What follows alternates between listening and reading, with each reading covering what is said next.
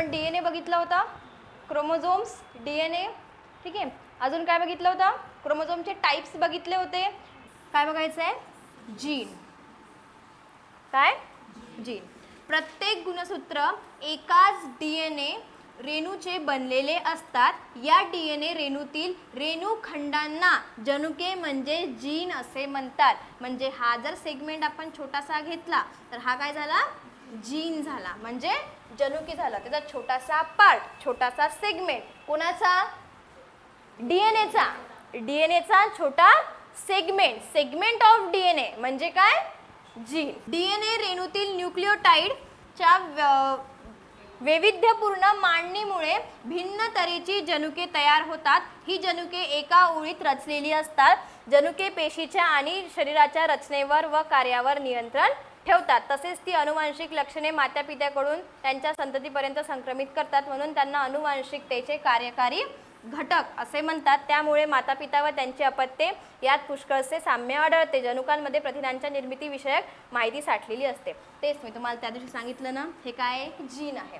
याच्यामध्ये काय आहे, आपले नायट्रोजेनियस बेस आहेत. हे नायट्रोजेनियस बेसचा काय एक सिक्वेन्स असतो. ॲडेनाईन असेल, ग्वायनिन असेल, सायटोसिन, थायमिन, डबल ॲडेनाईन, डबल ग्वायनिन, हे जो काही सिक्वेन्स आहे या सिक्वेन्सवर काय असतात, जीन असतात. ओके, या सिक्वेन्सने ते जीन बनलेले असतात. आणि हे सिक्वेन्स काय होत आहे, ट्रान्सफर होतात. हे सिक्वेन्स काय होतात, पॅरेंट्स करून त्यांच्या चाइल्डमध्ये म्हणजे माता पित्याकडून त्या संततीमध्ये काय संक्रमित म्हणजे ट्रान्सफर होत आहेत ते. ठीक आहे. आणि मग या सिक्वेन्स थोडा जरी चेंज झाला तर काय होत असते, चेंजेस आपल्यामध्ये येतात. चेंजेस त्याच्यामध्ये होतात. एक असते मायनर चेंजेस आणि एक असते मेजर चेंजेस. त्याला काय म्हणतात त्या चेंजेसला, जीनमध्ये जर चेंजेस झाले त्या कॉन्सेप्टला काय म्हणतात, बरोबर आहे, सांग सृष्टी, जरा सांग. म्युटेशन. काय म्हणतात, म्युटेशन. त्याला मराठीमध्ये काय म्हणतात, उत्परिवर्तन. ठीक आहे. म्युटेशन म्हणजे काय, जीनमध्ये होणारे चेंजेस. म्युटेशन म्हणजे काय, जीनमध्ये होणारे चेंजेस. जर जीनमध्ये चेंजेस झाले तर जे काही कॅरेक्टर आहे ते काय होत असतात, चेंज होत असतात. आता म्युटेशनमध्ये काय, एक मायनर म्युटेशन असते आणि मेजर म्युटेशन असते. जर मायनर झालं तर मायनरमुळे काही प्रॉब्लेम नाही, की मायनरमुळे फक्त काय होते, कॅरेक्टर चेंज होतात. पण मेजर म्युटेशन झालं त्याच्यामुळे डिसऑर्डर होतात.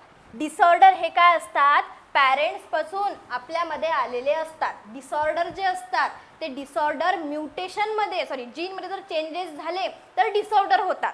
जसं की समजा एखाद्याच्या पॅरेंट्सला डायबिटीज असेल, त्याच्या चाइल्डमध्ये पण ती डायबिटीज जे काही गुण आहेत ते येणार.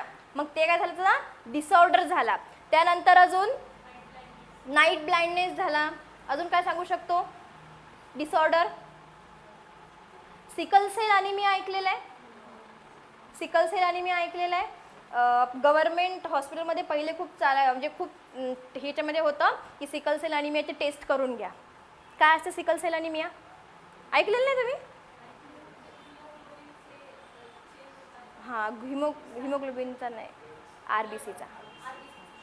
RBCचा शेप काय होतो, सिकल सेल अॅनिमिया हा एक डिसऑर्डर आहे.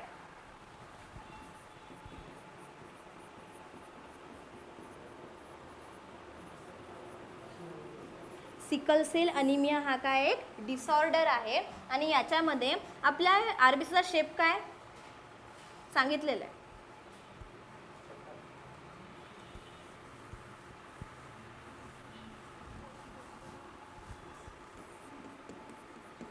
सिकल सेल अॅनिमिया हा काय एक डिसऑर्डर आहे. काय आहे, डिसऑर्डर आहे. आपल्या RBCचा शेप कसा आहे, डिस्क लाईक आहे. कसा आहे, डिस्क लाईक आहे. तर डिस्क लाईक शेप म्हणजे कसा, अशा टाईपचा असतो, गोलाकार असतो आणि मधातमध्ये थोडासा काय असतो, चपटा असतो, बालुशाही सारखा. कसा असतो, बालुशाही सारखा असतो. ठीक आहे. आता याचा आकार कसा होतो, असा कर्व होतो. सिकल सेल अॅनिमिया जर झाला तर त्या RBCचा आकार काय होत असतो, चेंज होतो. आता जर मला सांगा हे आकार चेंज झाला, याच्यामध्ये हिमोग्लोबिन राहील का? जेवढं याच्यामध्ये हिमोग्लोबिन आहे तेवढं याच्यामध्ये हिमोग्लोबिन राहील का? नाही राहणार ना. मग आपल्या बॉडीमध्ये जे काही हिमोग्लोबिन ऑक्सिजनला ट्रान्सफर करत आहे ते ट्रान्सफर होईल का? नाही होणार. मग सिकल सेल अनिमिया या डिसीजमध्ये होत काय असेल? ऑक्सिजनचं ट्रान्सफर प्रॉपर आपल्या बॉडीला होत नाही आणि हा काय एक डिसऑर्डर आहे. त्याचा काय होतं या डिसऑर्डरमध्ये, सिकल सेल अनिमिया या डिसऑर्डरमध्ये आरबीसीचा जो शेप आहे तो डिस्क लाईक पासून काय होतो, कर्व होऊन जातो, चेंज होऊन जातो. कळालं? आणि डिसीज म्हणजे काय? आपल्याला झालेली बिमारी, टायफॉइड असेल, कोणताही रोग असेल, ही डिसीज झाला. कळला डिसीज आणि डिसऑर्डरमधला फरक? डिसीज हे क्युअर होतात, डिसीज क्युअर होतात. डिसीजवर आपण ट्रीटमेंट करून त्याला एकदम नाहीसं करू शकतो, पण डिसऑर्डर क्युअर होत नाहीत. Most of the disorder cure होतच नसतात. कळालं इतकं? मग जीनमध्ये जे चेंजेस होतात त्याला काय म्हणतात? म्युटेशन. ठीक आहे. आणि ते म्युटेशन जर झालं तर एकतर काय होणार, कॅरेक्टरमध्ये चेंजेस येणार किंवा डिसऑर्डर होऊ शकतात. इतकं क्लिअर? जीनचं काम काय आहे सांगा ना, जीनचं काम काय आहे? पॅरेंट्समधून त्या चाइल्डमध्ये जे कॅरेक्टर आहे ते ट्रान्सफर करणे. आता तुम्ही म्हणसाल मॅम तुम्ही क्रोमोझोमचं पण हेच सांगितलं आणि जीनचं पण हेच सांगितलं. ठीक आहे, पण क्रोमोझोम कशाने बनलेले आहेत?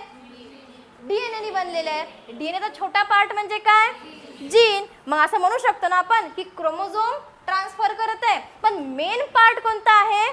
जीन आहे. जीनमध्ये सिक्वेन्स आहे ना, तो क्रोमोझोमवर आहे का? आहे ना, क्रोमोझोमवरच जीन आहेत ना, मग क्रोमोझोमवर आहेत ना ते. मग मेन पार्ट कुठे आहे? जीन. हेच ट्रान्सफर काय होणार, हेच कॅरेक्टर, हा सिक्वेन्स ट्रान्सफर होणार पॅरेंट्समधून चाइल्डमध्ये. मग ट्रान्सफर कॅरेक्टर कोण करत आहे? जीन करत आहे.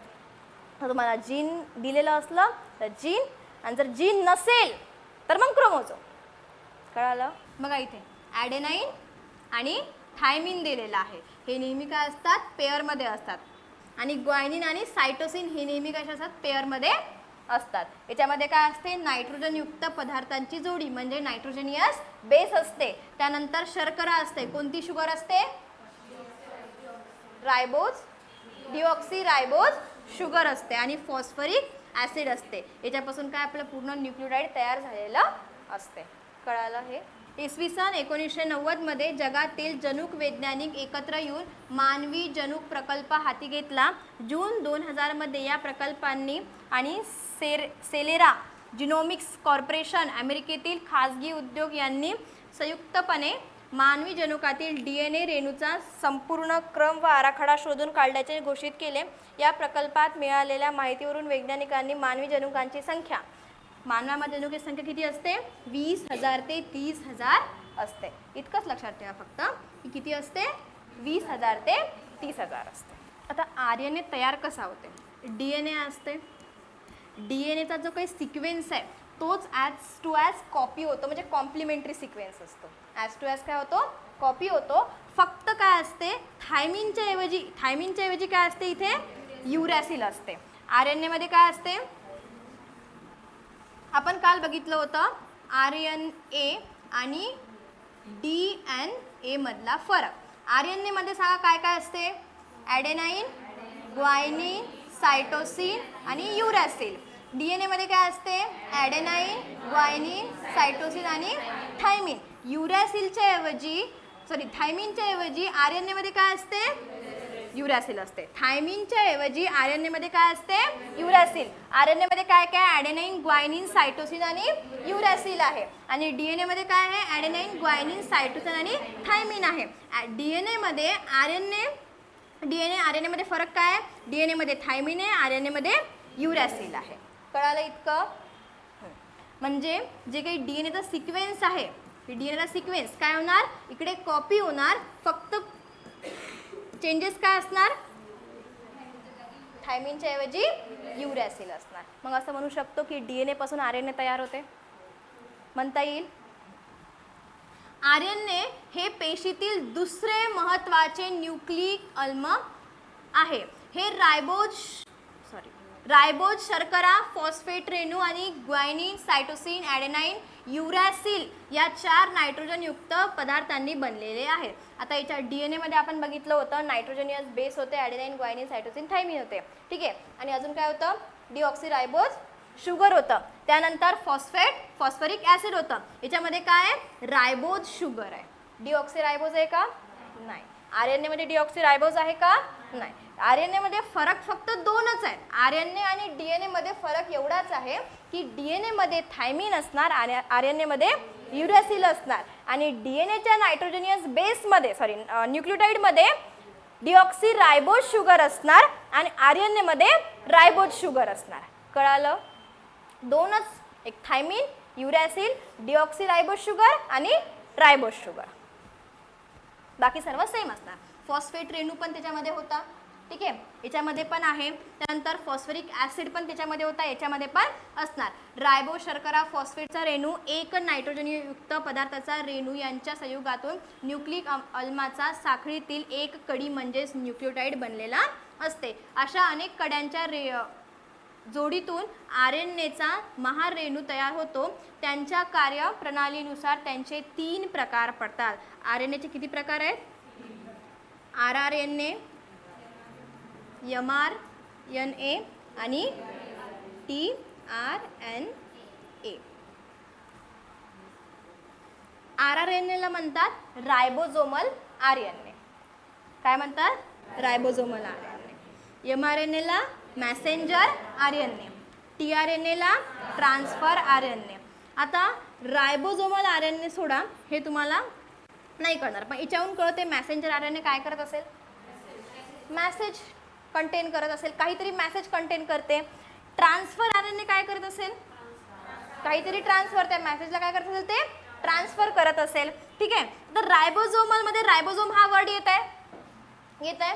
रायबोझोमचं काम काय? रायबोझोमचं काम काय आहे? प्रोटीन तयार करणे.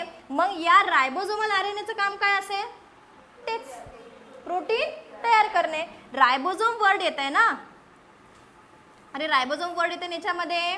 मग या rRNAचं काम काय असेल? प्रोटीन तयार करणे. मग आता वाचा. रायबोझोम अंगकाचा घटक असलेला RNAचा रेणू रायबोझोम प्रथिने संश्लेषणचे काम करते. मग rRNA काय करत आहे? प्रोटीन सिंथेसिस म्हणजे प्रथिन संश्लेषणचं काम करत आहे. कळालं? मॅसेंजर RNA पेशी केंद्रकामध्ये असलेल्या जनुकामधील अर्थात DNAच्या साखळीवरील प्रथिनांच्या निर्मितीविषयीचा संदेश प्रथिनांची निर्मिती करणाऱ्या रायबोझोम पर्यंत नेणारा दूत रेणू. आता DNA जवळ काय आहे? की सर्व इन्फॉर्मेशन स्टोअर्ड केलेली आहे. DNA जवळ काय आहे? इन्फॉर्मेशन स्टोअर्ड केली. कशाची? प्रथिने तयार करण्याची. प्रथिने तयार करण्याची जी इन्फॉर्मेशन आहे ते कोणाजवळ स्टोअर्ड आहे? DNA जवळ. आता हे DNA पासून हे जे माहिती आहे या संदेशचं वहन कोण करते? mRNA. कोण करत आहे? mRNA करत आहे. म्हणून त्याला काय म्हणतात? दूत रेणू असं म्हणतात. ट्रान्सफर मॉलिक्यूल असं म्हणतात त्याला. दूत रेणू म्हणजे transfer molecule, Messenger molecule. Transfer RNA म्हणजे काय? mRNA वरील संदेशनुसार अमिनो आम्लाच्या रेणूंना रायबोझोम पर्यंत आणणारे RNA चे मॉलिक्यूल. आता कोणापासून कुठे? अमिनो ॲसिडच्या रेणूंना कुठे आणायचं आहे? रायबोझोम पर्यंत आणायचं आहे. कळालं? RNA म्हणजे काय? DNA म्हणजे काय? डिऑक्सिरायबोन्यूक्लिक ॲसिड. DNA म्हणजे डिऑक्सिरायबोन्यूक्लिक ॲसिड आणि RNA म्हणजे रायबोन्यूक्लिक ॲसिड. RNA हे काय आहे? DNA सारखेच महत्त्वाचे दुसरे महत्त्वाचे न्यूक्लिक ॲसिड आहे आणि याच्यामध्ये काय काय आहेत? रायबोज शुगर आहे, त्याच्यानंतर फॉस्फेट म्हणजे फॉस्फरिक ॲसिड आहे, याच्यामध्ये ग्वायनिन आहे, सायटोसिन आहे, ॲडेनाइन आणि युरॅसिल आहे. थायमिनच्या ऐवजी युरॅसिल आहे. आणि एक जर न्यूक्लियोटाइड आपण म्हटला, एक न्यूक्लियोटाइड तो कशाने बनलेला आहे? रायबोज शुगर आहे, त्याच्यामध्ये फॉस्फेटचा रेणू आहे आणि एक नायट्रोजन युक्त रेणूची जोडी आहे. ठीक आहे, नायट्रोजन युक्त रेणूची जोडी आहे. जसं त्याच्यामध्ये हे A आणि T होतं, त्याच्यामध्ये काय असणार? A आणि U असणार आणि C आणि G सारखंच असणार. A आणि U आणि C आणि G असणार. ओके, एक जोडी असणार याची आपल्या नायट्रोजनियस बेसची, रायबोज शुगर, फॉस्फेटचा रेणू, याच्यापासून एक न्यूक्लियोटाइड बनलेला असणार. कळालं इतकं? सम. याचे किती प्रकार पडतात? तीन प्रकार पडतात. पहिलं रायबोझोमल आरएनए. रायबोझोमल आरएनए मध्ये रायबोज हा वर्ड येत आहे. मग रायबोझोमचं काम काय आहे? प्रथिनांचे संश्लेषण करणे म्हणजे प्रथिने तयार करणे. त्यानंतर मॅसेंजर आरएनए म्हणजे mRNA हे काय करत आहे? जी DNA जवळ माहिती आहे कशाची? प्रथिने तयार करण्याची. ते संदेश कुठून आणत आहे? ते प्रथिनांच्या प्रथिनांच्या निर्मितीविषयीचा संदेश प्रथिनांची निर्मिती करणाऱ्या रायबोझोम पर्यंत नेणारे दूत आहे. रायबोझोम काय करणार आहे? प्रथिने तयार करणार आहे. मग DNA पासून त्या रायबोझोम पर्यंत काय करते? ते संदेश, मेसेज. संदेश म्हणजे काय? ते मेसेज. कोणता मेसेज? की प्रथिने संश्लेषण करायचा जो मेसेज आहे तो कोणाजवळ आहे? DNA जवळ आहे. DNA पासून कोणाला देत आहे? ते रायबोझोमला देत आहे. कोण? mRNA, Messenger RNA. इथपर्यंत कळालं? Transfer RNA. mRNA वरील संदेशानुसार अमिनो आल्माच्या रेणूंना रायबोझोम पर्यंत, अमिनो आल्माचे जे रेणू आहेत म्हणजे अमिनो ॲसिडचे जे मॉलिक्यूल आहे त्याला रायबोझोम पर्यंत घेऊन जायचं काम कोण करत आहे? Transfer RNA. कळालं? हे तीन टाईप. प्रोटीन कशापासून बनलेले असतात? प्रोटीन कोण बनवते नाही विचारलं मी. प्रोटीन कशापासून बनलेले असतात?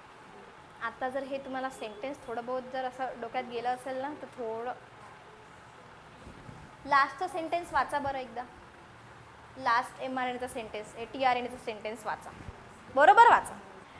mRNA वरील संदेशानुसार अमिनो आल्माच्या रेणूंना रायबोझोम पर्यंत आणणारा आरएनए. अमिनो आल्माच्या रेणूंना रायबोझोम पर्यंत आणत आहे कोण? ट्रान्सफर आरएनए आणत आहे. काय काम असेल या अमिनो ॲसिडचं? प्रोटीन बनवते ते अमिनो ॲसिड. बघा, हा एक अमिनो ॲसिड, हा एक अमिनो ॲसिड, हा एक अमिनो ॲसिड आणि याच्यामध्ये बॉन्डिंग तयार होते. याच्यामध्ये काय तयार होते? बॉन्डिंग. हा पूर्ण मॉलिक्यूल म्हणजे प्रोटीन. हा पूर्ण मॉलिक्यूल म्हणजे काय? प्रोटीन. याच्यामधल्या बॉन्डला जसं आपण तिकडे बघितलं होतं त्या ATच्या बॉन्डला, मधातल्या बॉन्डला काय म्हटलं होतं? Hydrogen bond. तसा हा बॉन्ड असतो पेप्टाइड बॉन्ड.